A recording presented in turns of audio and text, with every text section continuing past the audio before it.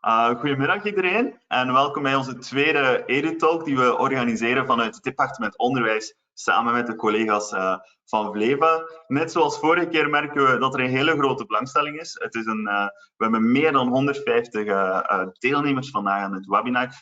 Het past ook wel heel erg. Deze week is het ook de cool-down week in het onderwijs, dus iedereen werkt ook digitaal thuis. Ik ga even kort over de huisregels. Het webinar wordt gemaakt via GoToWebinar. Alle deelnemers staan eigenlijk op mute. Jullie kunnen niet unmuten. Jullie kunnen wel vragen stellen via de chatbox in het controlepaneel. Gelieve wel altijd je organisatie te vermelden. We gaan proberen zoveel mogelijk van jullie vragen vandaag live te beantwoorden, maar het uur is natuurlijk heel kort. Maar indien we de vragen niet kunnen beantwoorden, maken we die schriftelijk over aan onze panelleden. Het webinar gaat door in het Engels and I also will switch to English from now on. So first of all, my name is Wouter Kerkhoven. I'm the Education Attaché at the Belgian PERRAP. Today we talk about the Digital Education Action Plan and also the Advanced Skills Pillar of the Digital Europe program, and of course we also make the leeway to the Flemish program. Why today? Actually, digital education is very timely. It's one of the two pillars, the two transitions that the European Union has put forward for our economic recovery. And also in this behalf. And also in November, the education ministers also came together and actually made some interesting conclusions on this whole topic, where they really put it on top of the political agenda for the educational policy. But I will stop here because we have a limited time and we have very interesting speakers, starting with Georgi Dimitrov. Georgi is actually one of the driving forces in DG EAC regarding the Digital Education Action Plan. He has been many roles before. When he started, he was involved with setting up of the European Institute of Innovation and Technology, and recently he became the acting head of unit of a new policy of a new unit within the DG of Education within the Commission. And Georgi will tell us all about what the plans are of the Digital Education Action Plan, which will be the policy on digital education of the European Commission for the coming 7 years. The floor is yours, Georgi.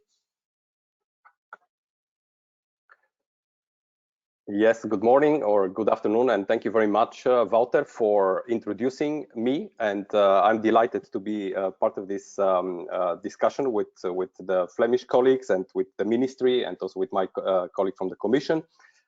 You have introduced me already, so I will not spend too much time on it, and I will try to be very pragmatic and very short. I will try to be a little bit Flemish in terms of the pragmatism that I would like to apply in this presentation.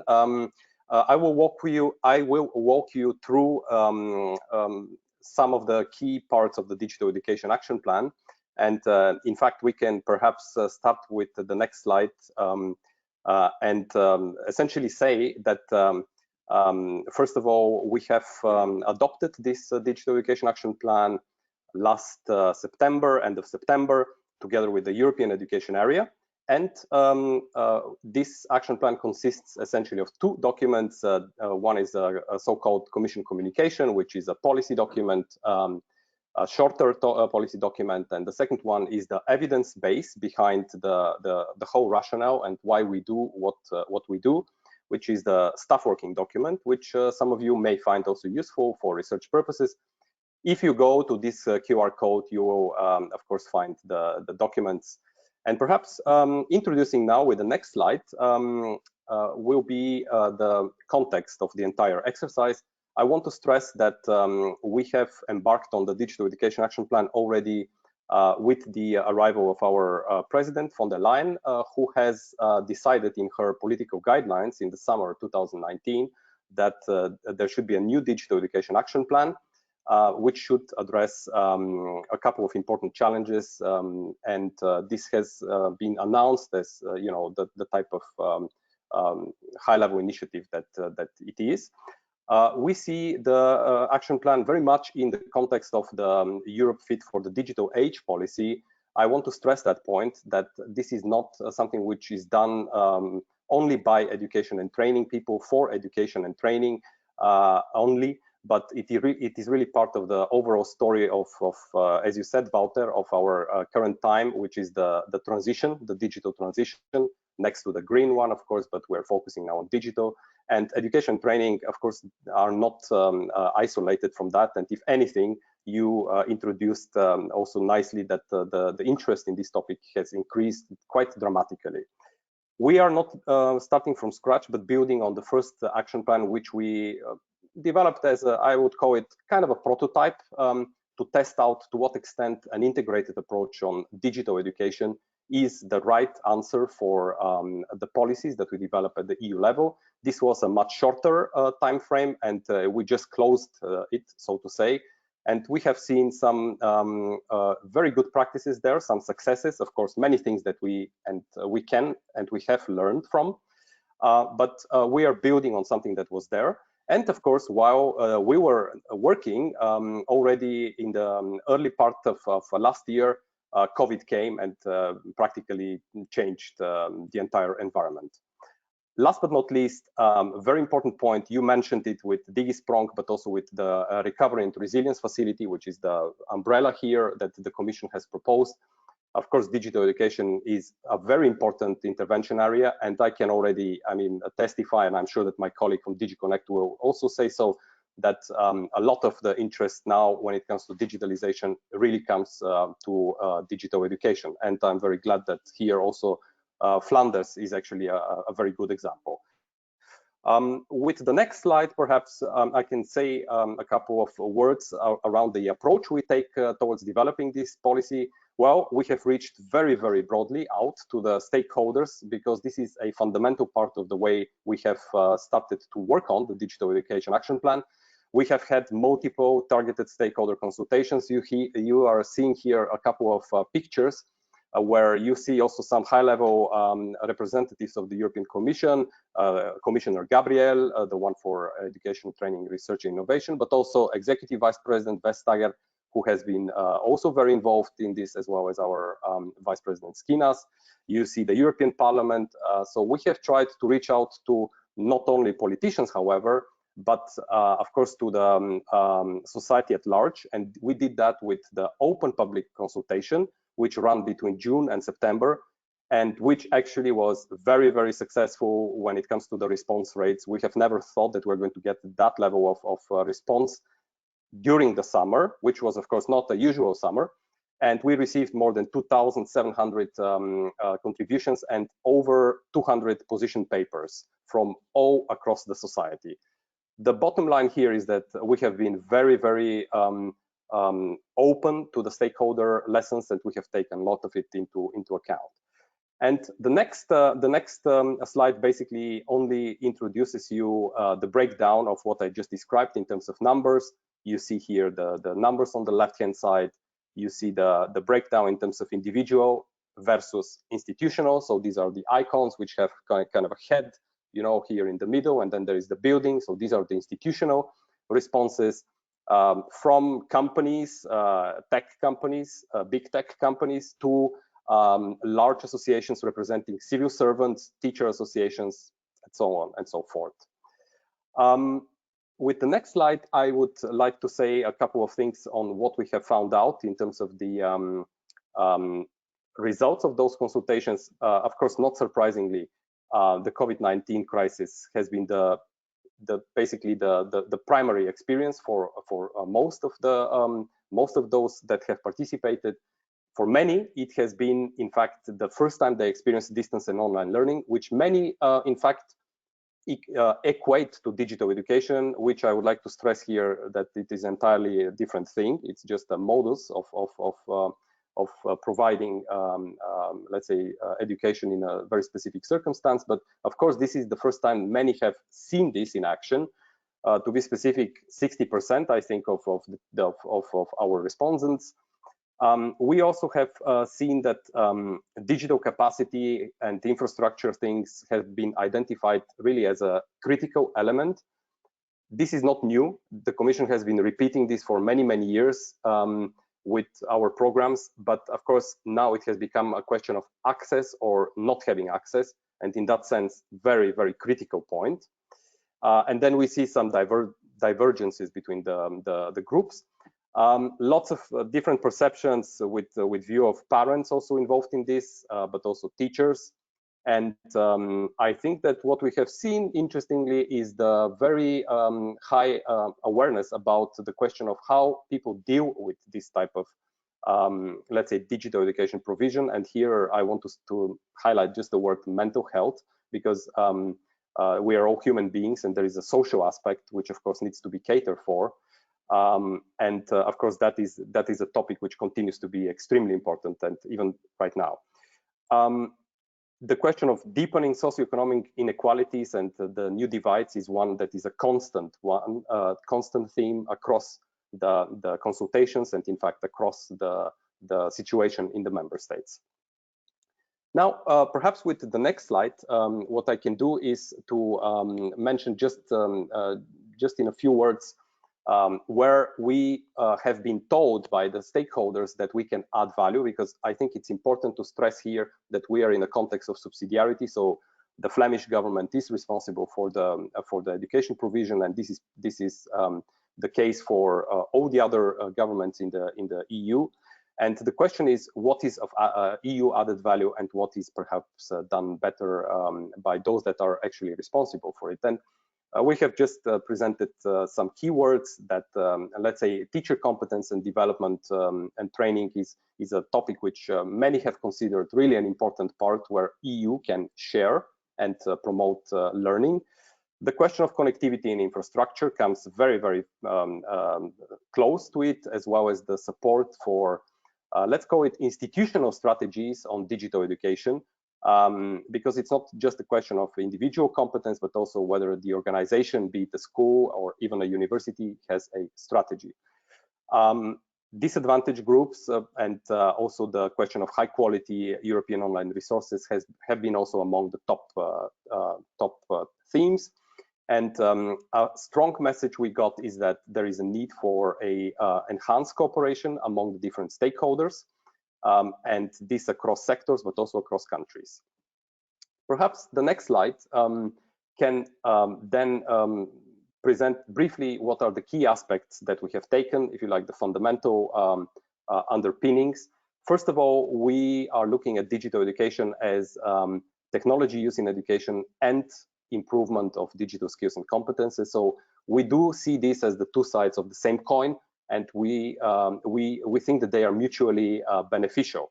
And we can go into a discussion on why is that, but this is the approach we are taking.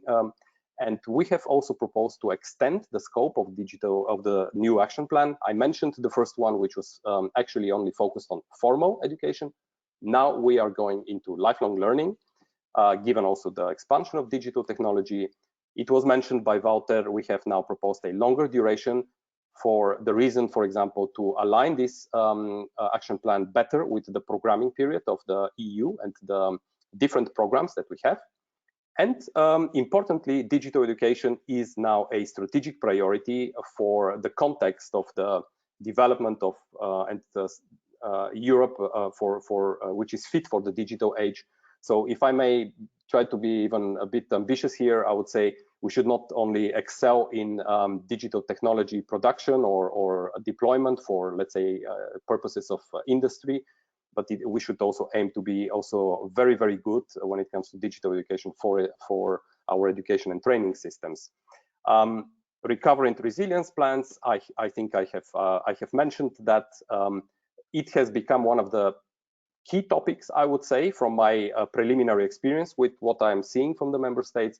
It really is something that the member states are identifying as a priority when it comes to the digitalization aspect. And last but not least, obviously what we need to do is to also do more with the synergies that exist between the different instruments. And my colleague also will talk a little bit more about the advanced digital skills and digital Europe. Maybe some of the principles that we have applied in the next slide, please, and then I'm almost there. And I would not read them out, but I would just like to highlight that when developing this action plan, we have not been led exclusively by specific interventions or actions, which of course we have a number of, and we can mention some of them later on in the discussion, but principles, and these are some of the, well, these are actually all of the key principles which we have identified. So it's very much about high quality and inclusiveness. It is about also ensuring this through connectivity and equipment and organizational capacity. And we are thinking also very much about the teachers and the trainers, as well as the education leaders, who need to be supported and need to be empowered when it comes to their role in digital education and training. I would just invite you perhaps to consult the principles more generally in the action plan. And then in the interest of time, perhaps we can move to the two key strategic priorities in the next slide of the action plan. And these are effectively the two big strategic areas we focus on the one side, fostering the development of a high-performing digital education ecosystem. And this means investing in infrastructure, connectivity, capacity building, support to high quality and inclusive digital education. And then on the other side, to pair this really with the kind of evergreen enhancing digital skills and competences, which it never will stop in terms of development. And here, the question of development of digital competence, digital literacy, but also, of course, advanced digital skills. As I said, two sides of the same coin, essentially. And maybe the last slide, which I would like to present to you here, is that we are proposing to enhance the cooperation at the EU level on all that I have mentioned so far. And this is essentially to be done through the creation of the new European Digital Education Hub, which should support a network of national advisory services on digital education and link better the practices between regions or member states. We also want this hub to monitor the action plan as well as the development of digital education and to actively share practices from research and experimentation. We would like to have much stronger cross-sector collaboration. For example, when it comes to higher education or schools or lifelong learning, we would like to see more interaction and more cooperation. And then last but not least, this is more of a vision, if you like, but it's good to have this as well. We would like to think of this in the long term as a more agile way to develop policy and practice by being sort of a think and do tank and engaging stakeholders in user-driven innovation through one of our flagships, the Digital Education Hackathon.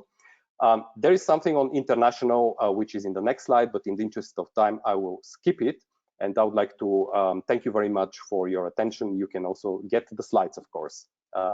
Thank you very much. Back to you, Walter.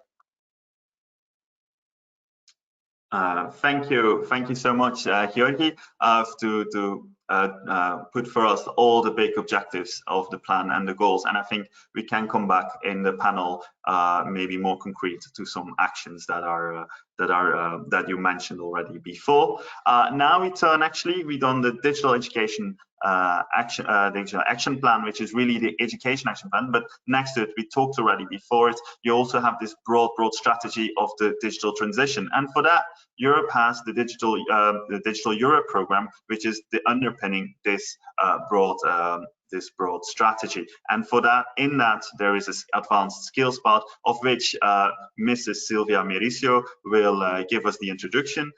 Silvia joined the Commission already in 2014 at DG Employment, but now works at DG Connect. That's the DG that really works on digital the digital policy in the European Commission. And but I will give the floor to you, Silvia. Thank you very much.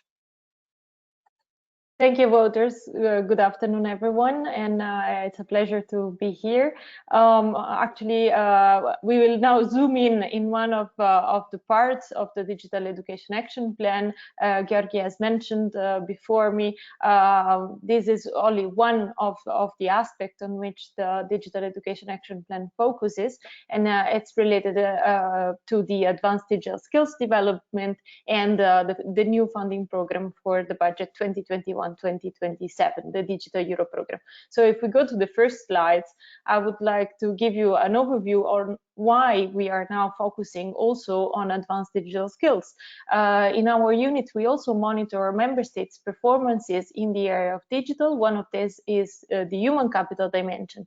And what this the Digital Economy and Society Index tells us is that today we have 1 out of 4 people in the workforce that have low levels of digital skills. This means that they are not able to perform basic tasks in their skills. Then at the same time, we have huge number of vacancies for experts in different fields. We see now we have around 500,000 big data analysts that are looked for, 300,000 cybersecurity, and with the deployment of technology and the evolution of digital technologies, new profiles are emerging.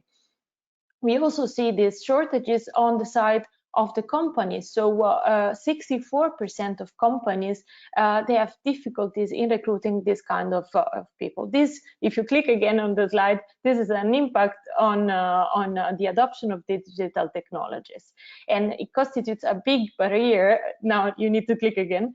It constitutes a big barrier to the adoption of digital technologies. So if we go to the next slide, the idea is, of course, advanced digital skills are sorry, a part of the spectrum of the digital skills that are needed, and then there are a number of EU communications that sets ambitious targets in order to reach to improve digital skills level. We see the skills agenda that has been adopted in July has the ambitious target of 70% of Europeans with basic digital skills by 2025.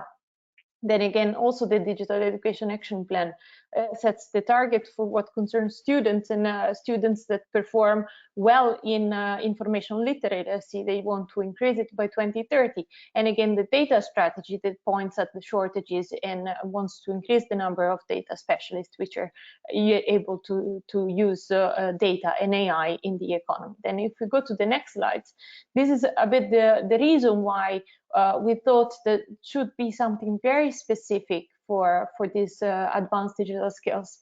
That in the same way, the EU is joining forces to improve digital infrastructure in the EU and to be more resilient and to increase the technological sovereignty by investing in supercomputers. They have been crucial, for example, in identifying the genome sequence of the COVID crisis. In order to use this infrastructure, we need computer scientists, we need experts that are able to make the most out of this digital infrastructure. The same is true for microelectronics. We are dependent from the other value chains. So the idea is really to reinforce this infrastructure, but to be able to reinforce them, we also need the people that are able to use them and deploy them in an empowered way.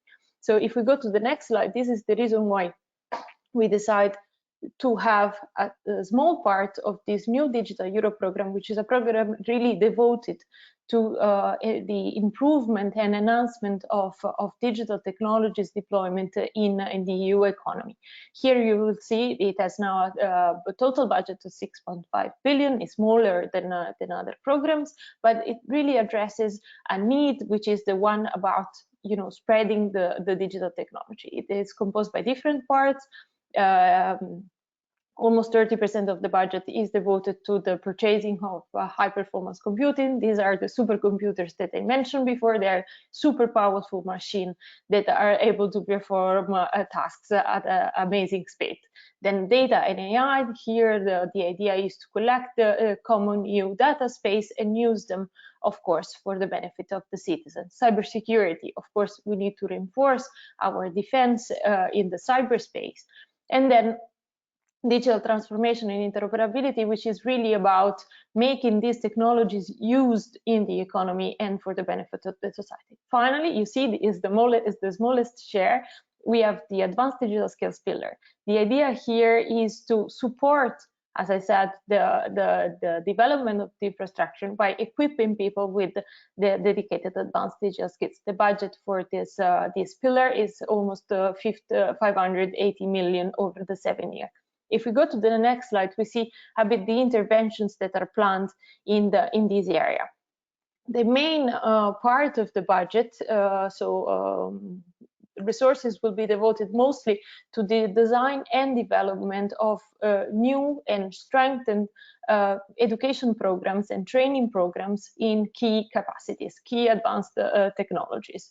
So the idea here is really to provide an increased offer in areas like AI, data, artificial intelligence, cloud, microelectronics, those that we have seen that are experiencing the highest shortages.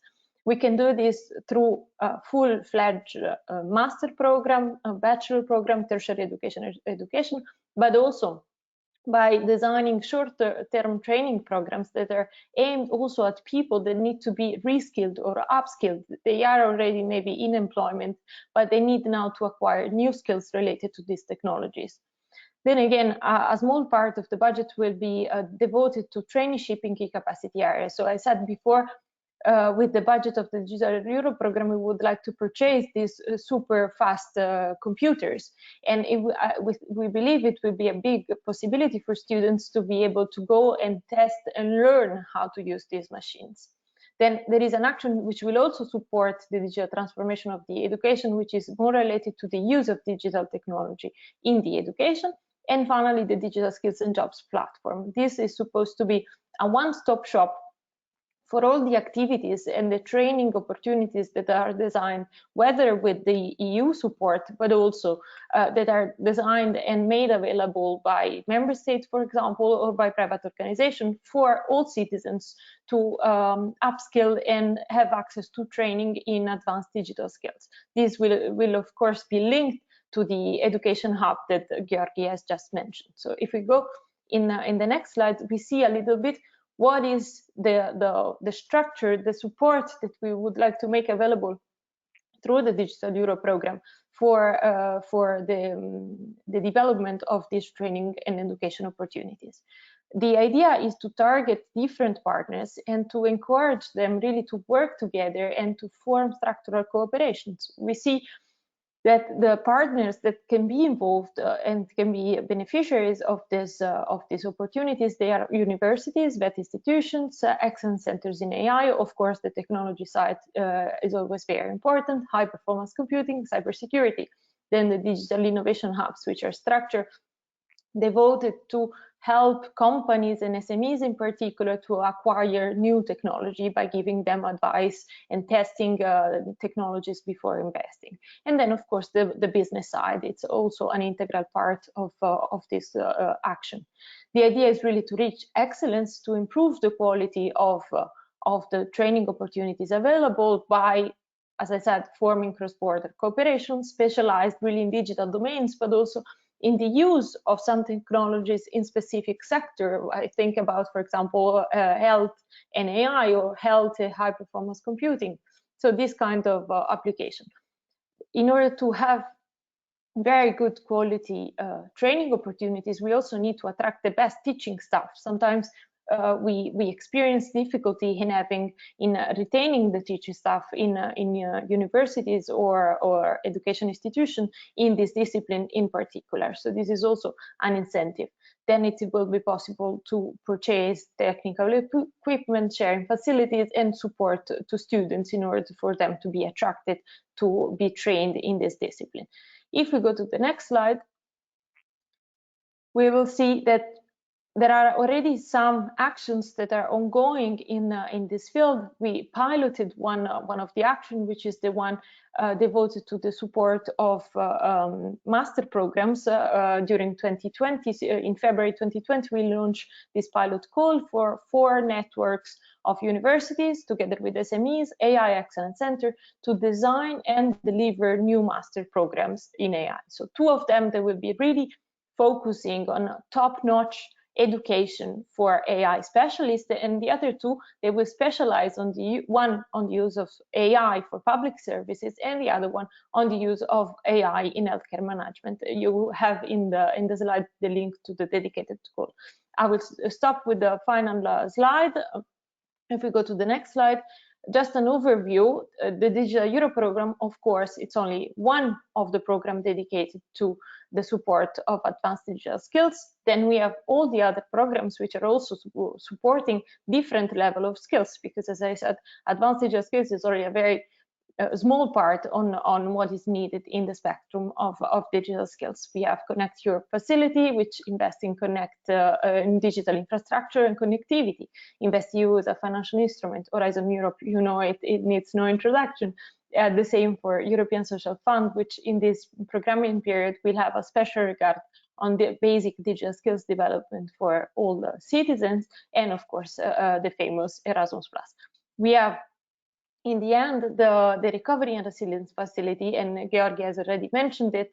There is the 20% digital target for digital investment, and digital skills development at all levels can contribute to reaching these objectives. With this, I conclude, and I thank you very much.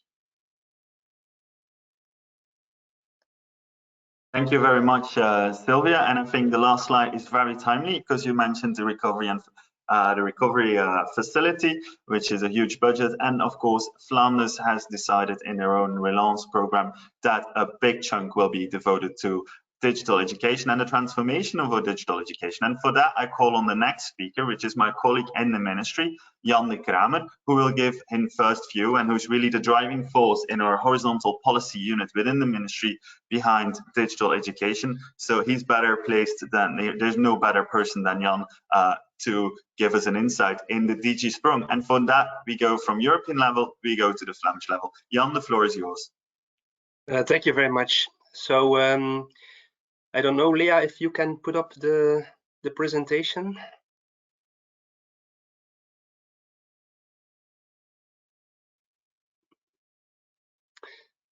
Okay, thank you very much. Yes, indeed, and thank you, Wouter, for introducing me. So we have decided to also launch an action plan about digital education in Flanders. And let me start with providing you with some context elements, which is my first slide. Yeah, so COVID-19 is obviously one of the most important driving forces of our Digisprong action plan. I can say that without COVID, there would not have been this action plan, at least not in this size. And we took with us all the lessons learned from the distance learning period that we had in March, and where we saw that there were lacks in competences by teachers, where there was a much bigger digital divide than we knew or we thought. And that there were also issues regarding infrastructure. So these takeaways are a very important aspect of which we have drafted now this Digisprong action plan. Other context elements were research. Some of the problems within digital education in Flanders we knew already from other research documents such as the PIAC, the PISA, or the ICT monitor.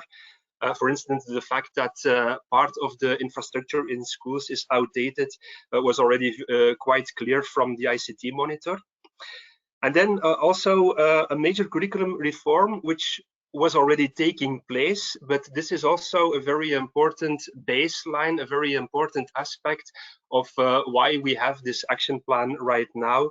For several years now, we are in this curriculum reform in secondary education, where we are drafting a totally new curriculum, new final objectives, with a much bigger component of digital competence, media literacy, and computational thinking. And by the way, this is also based on the DigComp 2.1 European reference framework for digital competences for citizens, which is actually one of the basic documents for this new curriculum. And then finally, there were, as with the European action plan, there were stakeholder contributions, not in the last place by our own ICT coordinators. Those are the technical people within our schools, but yeah, their tasks are their tasks were really big during the COVID crisis, and they have written a very influential open letter, which was heard by the minister, by the parliament in Flanders, and by the government. So those were actually 4 elements which are at the basis of our Digisprong action plan. The action plan has, you can move to the next slide. Thank you. Yeah, the action plan has two main objectives. The first one is to boost really these ICT competences within all our educational stakeholders, so pupils, but also teachers and school leaders. That's one issue. And then second objective is that we want to innovate educational processes, all kinds of educational processes, by adding a digital component, by integrating educational technologies. This is not only about the common learning processes in schools, but also about school well-being, about the communication between school and parents, things like that. So all of these kind of policies we want to innovate by means of technologies. And it goes hand in hand with an investment of 375 million euros, which is actually quite unprecedented in Flanders to have these kind of budgets for digital transformation in schools. So it's really a very big issue at this moment, and one of the flagship of the current government. Next slide. Digisprong has 4 pillars and 5 main topics. The first one is infrastructure. The second one is policy developments and policy support at school level. The third one is about competence development for teachers and digital learning resources. And then finally, we have a central support service that we are going to set up. And within each of these 4 pillars, we have different action lines. And I will go briefly through each of them. So the next slide. One of the main topics within Digisprong is infrastructure. As I said, from the ICT monitor, we knew that there is some disinvestment for the past years in schools for ICT infrastructure. But also through COVID, we knew that a lot of pupils at home did not have access to devices, access to connectivity. And that's at least one thing that we want to solve, at least for the upcoming 4 to 6 years. So a large part of Digisprong is an infrastructure program with at least 5 specific action and budget lines. One for pre-primary and the first grades of primary education, then a very big one for the 3rd grade of primary education. There's really a focus on this 3rd grade of primary, and then for all the pupils in secondary education, for teachers, and then there's another one, a generic ICT infrastructure budget line, where schools will be able to buy software, to buy connectivity, to install the proper Wi-Fi, etc. And besides these 5 budget lines, there are 2 other framework agreements that we are going to make. One about connectivity and telecom, which has a clear link with the DEAP, for instance, where there is a connectivity for schools action line. And then another one which is more about sustainability and all kinds of ethical issues, which has to do with the purchase of devices. So that they will be also there will be programs for refurbishment or end of life programs for when the devices are outdated. So this is the infrastructure pillar. Second one is about policy and support. So here we will invest in our ICT coordinators. This is what I mentioned. Tasks were really doubled during the COVID crisis. We had really this call from our ICT coordinators. We need to be better supported, and that's what we also are going to do within Digisprong. We will give them a proper statute. We will extend the amount of time that the ICT coordinators get into school in schools to do their job properly, and we also will better support them with professional development and tools, etc. So this is a very important aspect of this pillar.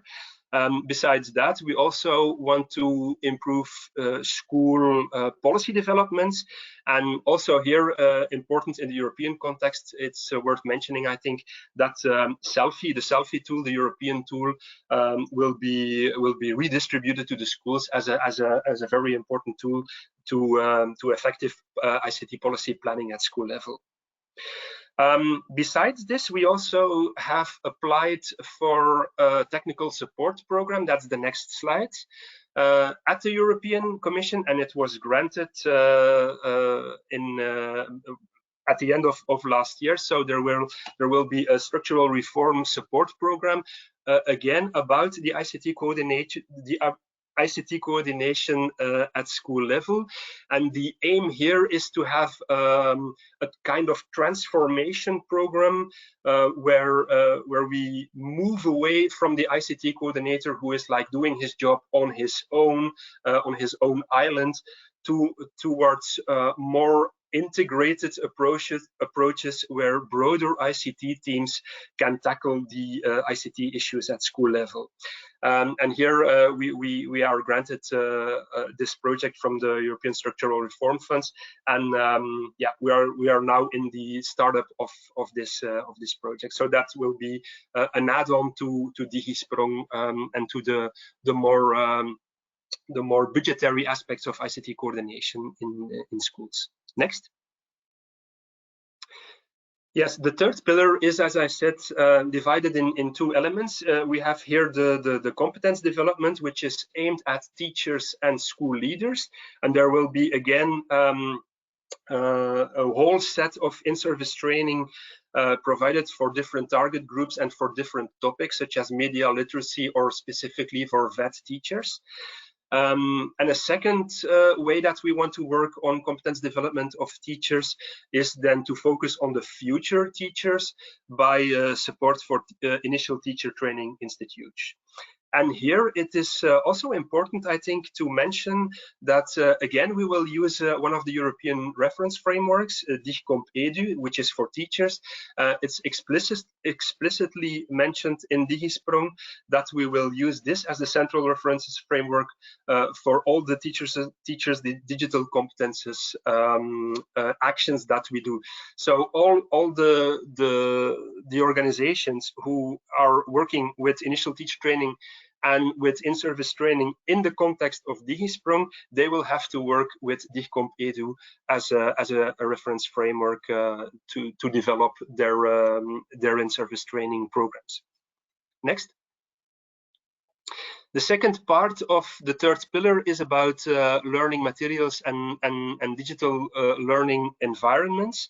And there again, we have a lot of actions, and some of the main ones are listed here in this slide. We want to improve access to educational technologies through a single sign-on infrastructure. We're going to strengthening our own platforms, which are Classement for open educational resources and digital archives. We also want to foster innovation and develop learning materials specifically for VET, but also more general innovation in this field, such as with projects like Smart Education, serious games, and iLearn, which is about adaptive learning and personalized learning. And there's also the development of a quality framework for digital education, which is planned under this pillar. And then the last pillar, next slide, please, is about the Knowledge and Advisory Center of Digisprong. And that's actually a very important outcome because we will, in the end, have a permanent new knowledge center, which has to support schools with targeted information, targeted guidance, and to coordinate all these actions so that we will have actually this this very important knowledge base to support schools on a more permanent level than which is the case right now. And then there are some actions also here about the services that we are going to provide from the ministry towards the schools, data-driven, AI-driven, things like that. And then finally, about the it's quite important to also have a look at how we will follow up on this. And this is my final slide. Yeah, the monitoring will happening mostly through our ICT monitor, of course, but also important, we will reinforce the inspectorate's quality reference framework with the topic of ICT. So we will discuss this with the inspectorate to integrate more the digital component than is the case right now, so that when they are visiting schools and inspecting schools, that they will also look more on the on this digital aspect of education. And it's not on this slide because it's super new information, but I can also mention that for the first time we will participate in the ICILS study because of the fact that we are investing now so much on digital education. It seemed obvious that we participate in this important computer literacy study as well. So that will also be one aspect of monitoring and follow-up of all the actions that that we have here in our Digisprong policy. So that's my story. Wouter, over to you. Thank you very much, Jan, and I'm already happy to hear. If you look, you mentioned selfie, you mentioned the Digicom EdU, you mentioned ISIL. So there's already a clear European dimension in our Flemish policy going on. But let's explore this theme further. But that's the topic of our panel. That was a policy dialogue between, at one side, our speakers of the European Commission, and at the other side, Jan. So I would ask all speakers to come back. I won't moderate this panel. You've seen me long enough today, but my colleague, Sanne Noël from the Ministry, who's really the backbone of our educational policy team at the Ministry and also the head of unit for the National EdU Center, she will moderate this panel. She's perfectly fit for it, and I'm looking forward to it. Thank you, Wouter. That was so kind of you. And thank you to all of you in the panel, but also the participants to this meeting, to be spending this hour with us and to be discussing this very important topic, which is, I think we've all said it about 20 times, very, very timely, especially given the current situation. We've received many questions. We're going to try to address as many as possible in the short time frame that we still have. If you do not hear your name or your question asked, then please know that we will send it to the people who are best placed to respond to it, and we will get back to you as soon as possible.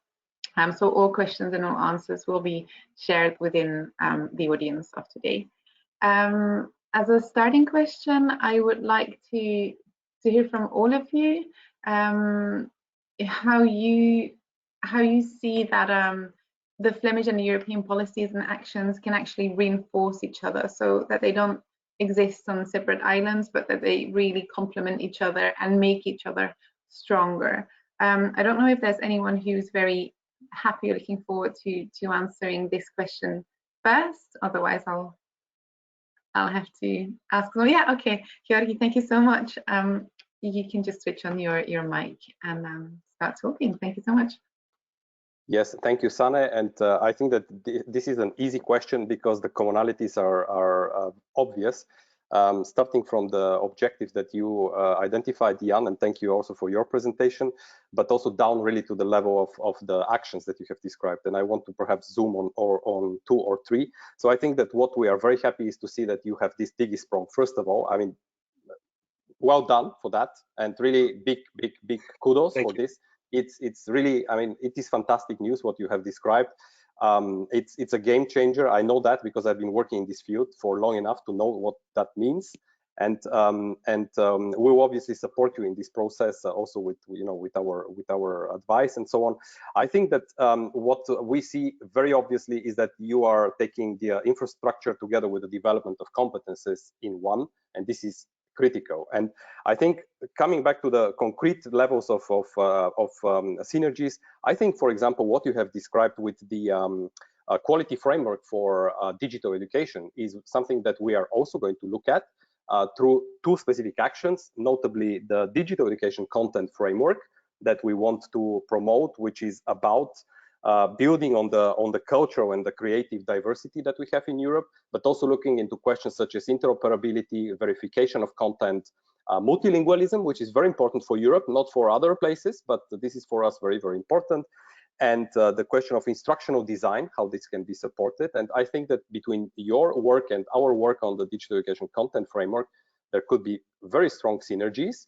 The other example I want to mention is the European Exchange platform that we are now running a feasibility on to see whether this can promote the sharing of relevant education content. And it is quite obvious that with your proposal to set up a digital education advisory and knowledge center that you described just at the last, I think, slide, or the penultimate slide, of course, we have very similar objectives when we speak about the hub. And we see there a really potential sort of two-way communication maybe between those two initiatives, so that we can exchange what you collect from the level of Flanders, and then you share this maybe within the context of the hub. Thank you. Mm-hmm. Thank you so much. Sylvia, I saw that you put your hand up, so I'm going to give you the floor now. Thank you. Yes, if I could just compliment, I totally agree with Georgi. Really well done on this, and I think it's really timely and could serve as an example also to other member states who are now preparing their own plans.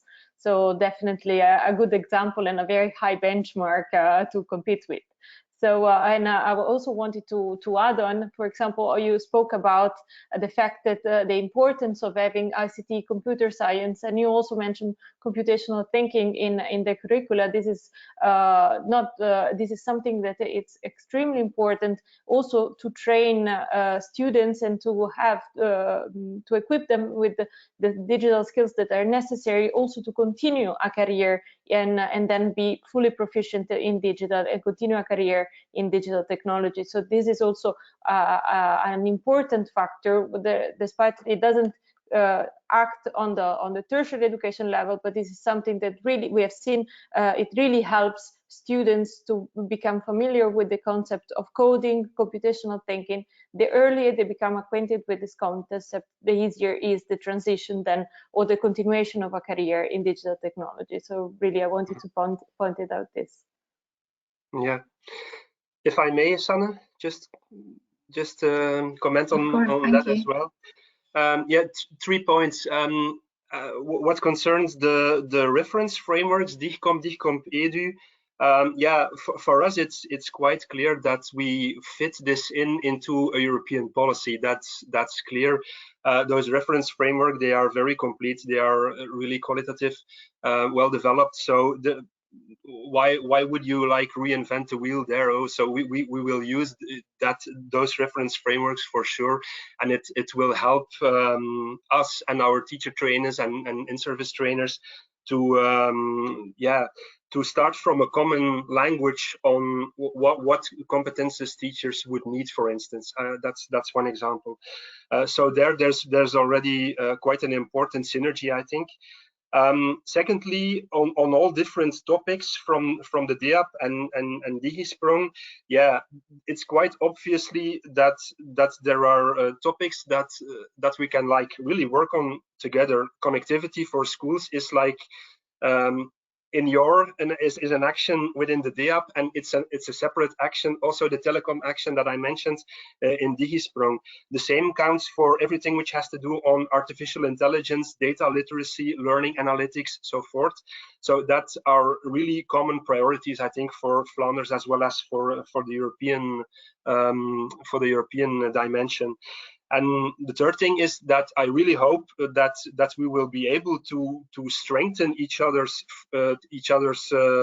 policies and to pool resources also on these common topics and these common action lines that we both have mentioned. Okay, thank you all of you so much for your comments. I really love all of the alignments, areas of alignment that you all have identified, and I do agree that that could really work in our favor in the sense that it will really strengthen the quality of education, not just in Flanders, but I mean hopefully all over Europe. And I would like to move on to the different questions. There are a couple of themes that came forward. One of them is teachers and teacher teams. And we have 3 questions from Luc Lecomte, Stéphane Eclos, and Tom de Keizer, who all mentioned teachers and teachers teams very specifically. The questions they asked are really about how the Digital Education Action Plan will address teachers and their professional developments, how it will be addressed in teacher training, and how will we be able to make sure that we can reach all teachers, because sometimes it's easy to reach some teachers that are just initially are already interested or have some skill, but some teachers don't feel comfortable. So how will we also reach those people, those professionals? And then kind of linked to that question is how can we reach not just the teachers as individuals, but how can we make sure that we address the teacher team or a whole school education staff? I would love to hear from Georgi, and then maybe Jan could add. But of course, Sylvia, if you have something to add, I mean, everyone's always very, very, very welcome to share. But I think Georgi, maybe you could start. Wonderful. Yes, thank you. It's not an easy question, to be honest. But so going back to what we learned, for example, from the open public consultation, basically 60% of teachers have experienced this distance online learning for the first time. So the baseline is very, very kind of clear. And I think that the other interesting result was that almost 9 out of 10 said in the consultation again of teachers that they would like to further improve their digital skills. So I think the gap is clearly identified. Now, at the fundamental level, what we are saying in the action plan is that we need a combination of, let's say, practical and pedagogical and technical skills. And with regard to what we are going to do about that, of course, I mean, knowing that the teacher training is also within the scope of the subsidiarity, still we have a number of things that we're proposing. First, we're proposing to launch what we call digital transformation plans for all types of education and training institutions, notably not only schools, but also others. And there we would like to use this in order to help organizations develop a digital strategy, which includes also a digital skills training for teachers. That's a very important component, but it's a holistic way to do that. This will be supported through Erasmus, and the Erasmus call will come March, April, more or less. I don't know exactly the date, not in the position to say that. The other thing that we are doing for teachers is the launch of the Erasmus Teacher Academies, which is also an important action that we are going to launch now to support digital pedagogy and expertise more specifically. So it's a bit narrower, it's a bit more targeted. And this will include also the use of accessible and assistive technology in digital content, for example. And one thing that you mentioned, which is also a third point that I'm going to mention, which we are building on, the success of Selfie. It was mentioned, and also the great examples already with Selfie in Flanders.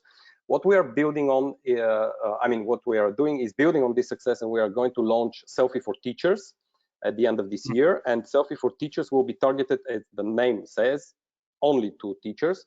And I think that this partly addresses your last question, Sane, which is about the inclusiveness, because I think that some teachers may not feel in the position to do continuous professional development, or may not want to do that, but maybe if you offer them a practical, easy to use way to self-assess, which is not necessarily linked to, let's say, formal assessment done by others, externals, this could perhaps help them in the kind of whole school philosophy of selfie more generally. So these are perhaps 3 examples that we have.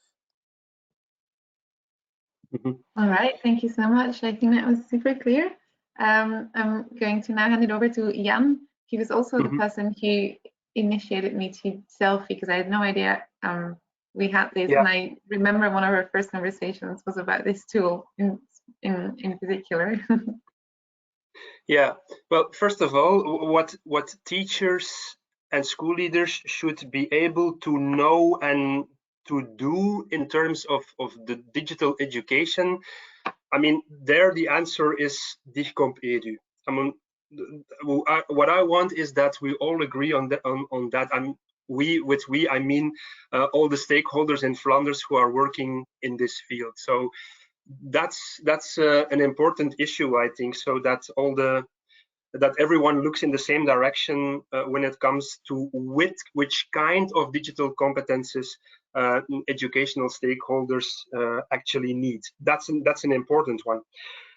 How you tackle that to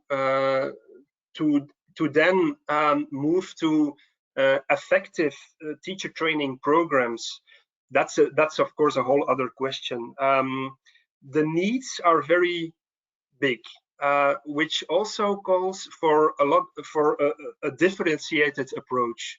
I mean, some teachers will need basic technical skills, other will need to have specific competences regarding the use of learning analytics or the analysis of data, for instance. So there's a whole range between, and you need this differentiated approach. So obviously a lot of in-service training within Digisprong will be targeted to teachers on specific topics or on specific target groups. For instance, we're going to have a separate program for training for teachers in VET. What we also think, and that's actually the question from the teachers that you mentioned, what we also think of is to have not so much in-service training for individual teachers, but also coaching, which appeals more to maybe not the whole school team, but at least to a broader team, which consists of school leaders, deputy directors, ICT coordinators, everyone in the school who has like a coordinating role. So that's the kind of differentiation that we are planning to have within our training programs in Digisprong. On the one hand, targeted training for teachers, and on the other hand, coachings for broader teams, but maybe not the whole school team. I think it's important that we also like address school leaders separately. That I learned through a project that I have done, but leadership is quite a key element, especially for our second aspect, for the second objective that we have. If you want to actually innovate all the school processes, going from school buildings to well-being of pupils, then the school leadership and the shared leadership within schools is quite an important element in that. All right. If I can, Sana, I just wanted to mention briefly an initiative which is non-institutional, but it's a grassroots movement which is very enthusiastic. It's called EU Code Week. It's a grassroots movement, as I said. I see Jan nods, so you must have heard about it. It gathers millions of people every year. Thousands of events are organized, and it's a very vibrant community. They organize events in order to demystify coding, to encourage people to learn how to code, and not to have it seen only as a geeky activity that no one wants to do. So in this framework, also trainings for teachers are developed, and there is this community of ambassador teachers that really push the others to join. It's very active on Facebook and on social media, but there is the dedicated platform which is called codeweek.eu, and there you can find mini MOOCs for teachers and a forum where to discuss, and soon MOOCs will be available also on how to use AI in education. So this can also be a source of inspiration. Okay, wonderful. Thank you so much for sharing that. That's really cool indeed. I think, again, answers to the same question that are quite aligned, which is always really great to hear. It's true that teachers do really need additional training, and I'm also aware of the fact that teachers indicate themselves that they would like some extra digital skills, like to develop them. And of course, a differentiated approach is needed. So I'm very happy that we're all looking for ways to best reach all teachers. I think because we're already going over time, there is time for one, maybe two more questions, because I know that everyone's days are probably just filled and stacked with meetings. Mine isn't different in that regard. So I want to be respectful of everyone's time, but I want to focus on one theme that also came forward within all the questions that we received, which is equity. And there are two questions that we found particularly interesting. One from Dagelijk, a former colleague of mine from the Teacher Belgium, and also from Sophie Verbrugge, who works for the Ambassade. And both of them want to know or are very curious about how the digital education plan, as well as this Digisprong actually, will ensure that schools will be able to address the digital literacy gap in education. So in other words, how can we make sure that all children and all youngsters will attain or will gain the same minimum level, at least, of digital skills? I don't know who wants to go first, but I think this is also a question that everyone's perspective would be most welcome on. Georgi? My computer is not working, but I think you raised your hand. Perfect. Thank you so much. Yes, I was kind of inviting, but no problem. I can start. I think that this is closing the digital literacy gap.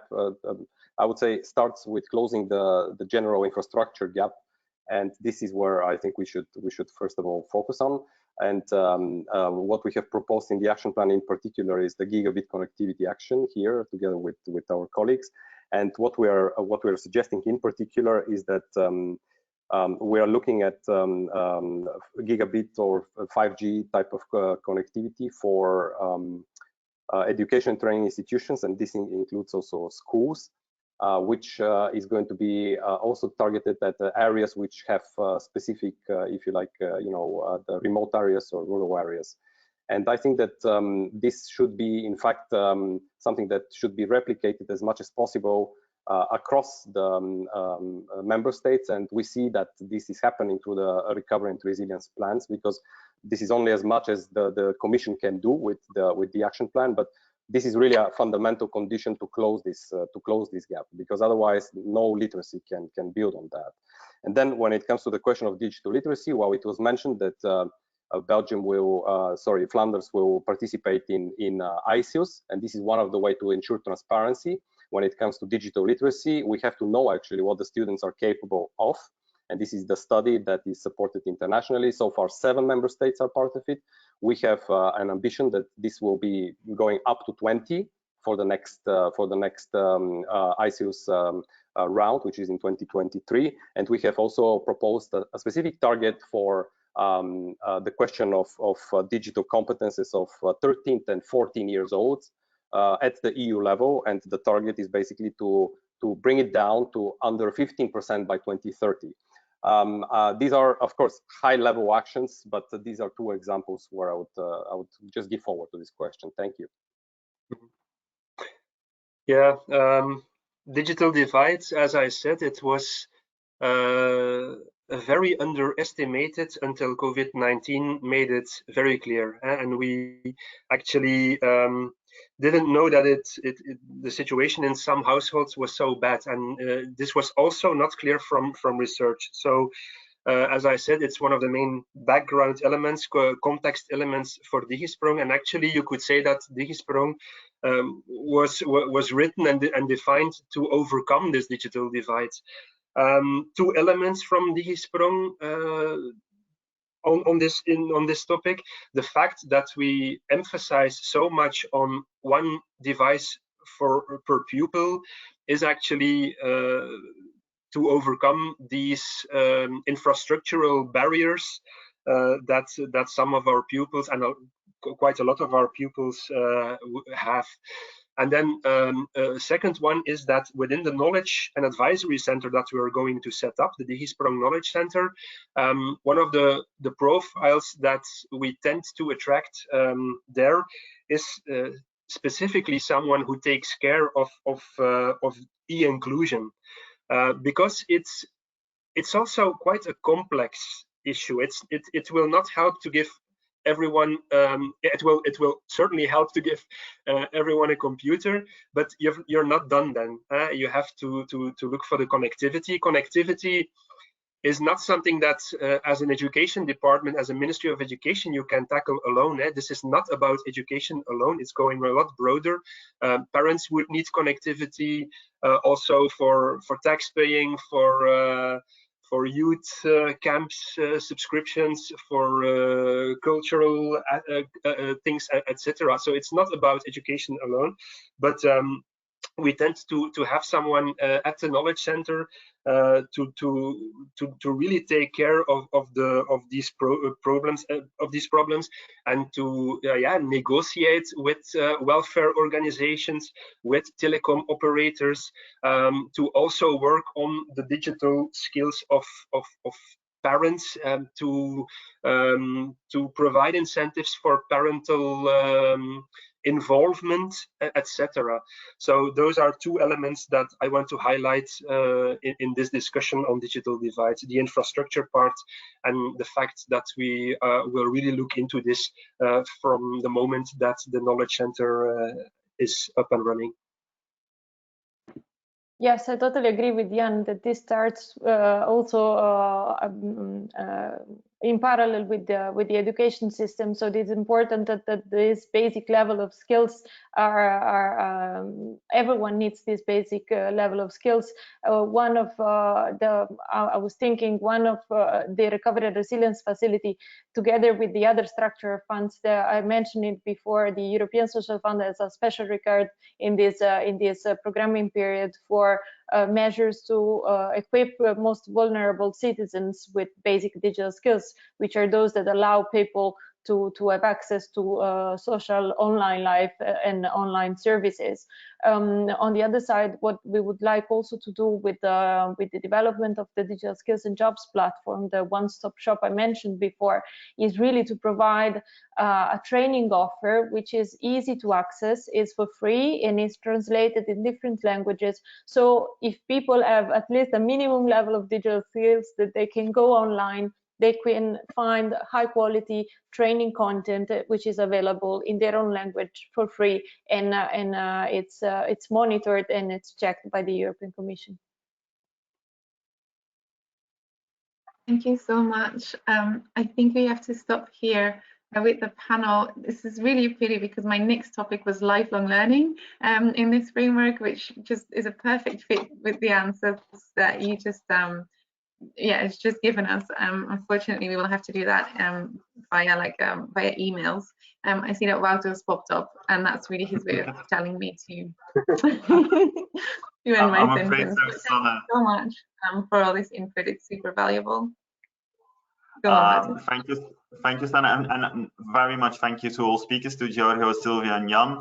I think it was really interesting. It was short, but I think we covered in 1 hour lots and lots of information, and most of all, we saw a lot of synergies between the European level and the Flemish level, and I think it's only going to be reinforced. Let's hope that we finally make this transformation happen of digital education. I still remember when I was 11, we had 2 PCs in the classroom who were working in 2001 on Windows 1995. I think we have to continue forward, and I think this is a way to go. So thank you very much. It was much appreciated that you were all here.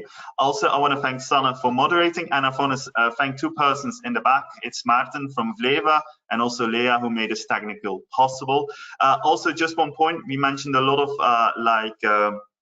calls and new initiatives from the Commission in the future. I just want to point out that Vleva is a service or liaison office who really monitors everything that the Commission does and put on their website for all stakeholders in Flanders. So if you need information on what calls that the Commission launches, please check the website of Vleva. And for this, I conclude this EdU Talk, or second one. We will definitely come back but not next week like last week. It will be probably in March or April for a following topic. And thank you very much again, and a lovely afternoon, everybody. Thank you. Thank you. Bye-bye. Bye.